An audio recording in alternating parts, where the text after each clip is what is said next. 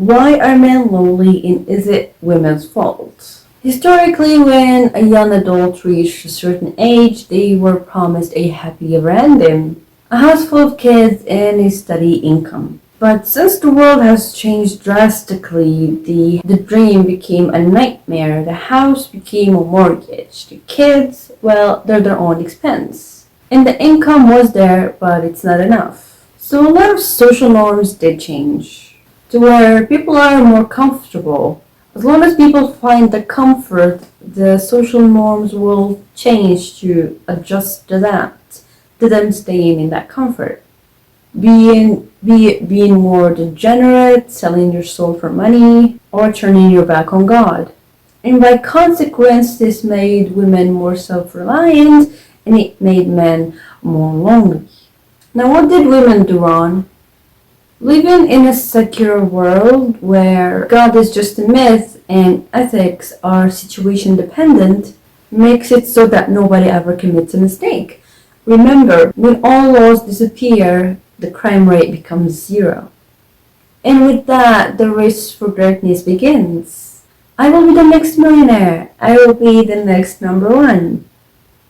As much as we know that that's just chasing a faraway dream, well, we still go for it. That's the programming that was installed into us when we were in school. And that's what it took to be validated. Nowadays, women are doing so much better than men at school. It is even suggested that boys should enroll in school 1 year later than girls at the same age, but the girls should be younger than the boys when they enroll in schools so that they are on the same cognitive level, the base level of understanding for, homework and whatnot. Because the system is geared more to a personality of a girl than of a guy who's defiant and disobedient, or a girl that, obedient. Academic success will take you places in life, and the reward is shiny, and it will get you shiny things as well. And girls love shiny things. So what the money and the brain have earned them is now spent on them. That money is spent on looks and other self-developmental things that will, again, open even broader doors for them. So whatever merit that you have, well, you can shove it because the previous girl in the block is going to get it. However, there are still a lot of fields that do not require looks, so you're fine. Women took their liberation and ran with it. So in between Starbucks and healing from plastic surgery, work and extensive self-care, there is no time for the opposite gender unless they're adding to that lifestyle. So what did the men do wrong? Well, men are socially lazy, and it begins at adolescence. Usually little boys play together, go on adventures, take sticks and pretend they're guns and whatnot.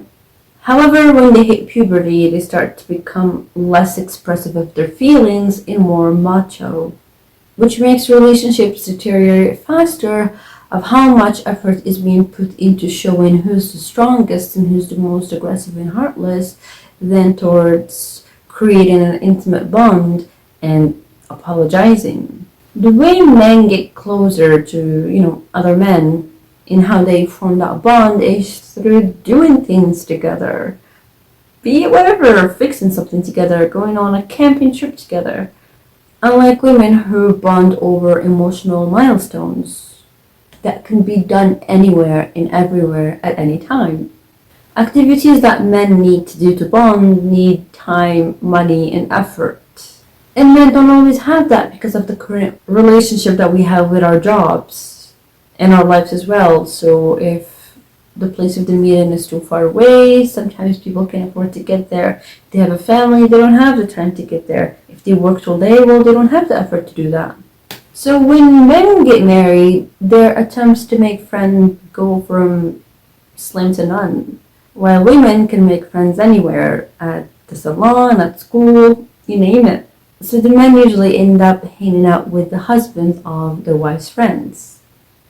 So if a man is single and lonely and alone, it's because of how much effort he is putting into making friends. But if he's married and has friends, it's because, well, he just became friends with whoever the push the shove pushed. How does loneliness affect men and women? When men get lonely and it starts to get to their heads, they get suicidal ideation. Whereas women's loneliness is a factor that adds to their depression. So it doesn't directly add to their suicidal ideation, rather it just makes them more depressed, and it's the depression with other elements that does drive them to suicidal ideation. So women are a little bit more resilient to being lonely and alone than men are. And the highest suicide rates in society are usually found in men between the ages of 25 and 45. However, to be more specific, higher successful attempts of suicide are found in men because of how violent the methods to use are.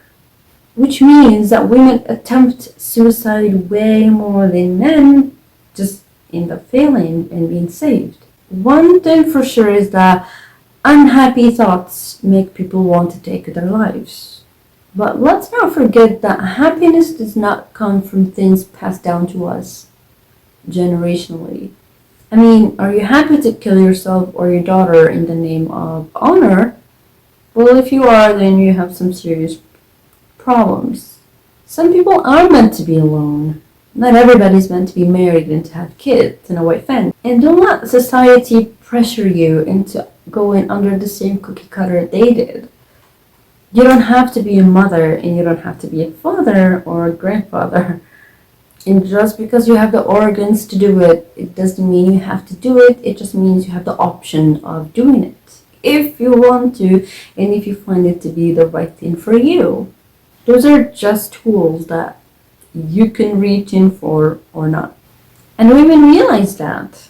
Like, if only men could experience birth, they'd want to second guess making the woman go through it. The more children the mother delivers, the shorter her lifespan gets, with the fetus living off his mom's nutrients and marrow. Meanwhile, the more kids a man has, the longer he lives, most likely outliving his wife. And so women are asked to do the heavy lifting each time. And so when society decided to put companies' profits first and women excelled in it, the men kind of stayed behind. And you just can't help but feel that it's women's fault. And you just can't help but feel that it's women's fault that men are dying out of loneliness. Men always have this thing to say that women's sports team are not doing that great because, well, women are letting other women down by not watching sports and, buying tickets and making sure that those players earn as much as men do. However, men forget that men are committing suicide successfully and that their men are not there for them either. Like, which one is worse?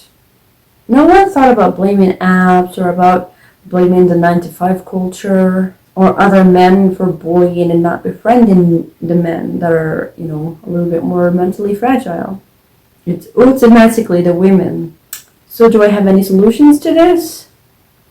My matchmaking service, which is still discounted until the end of April.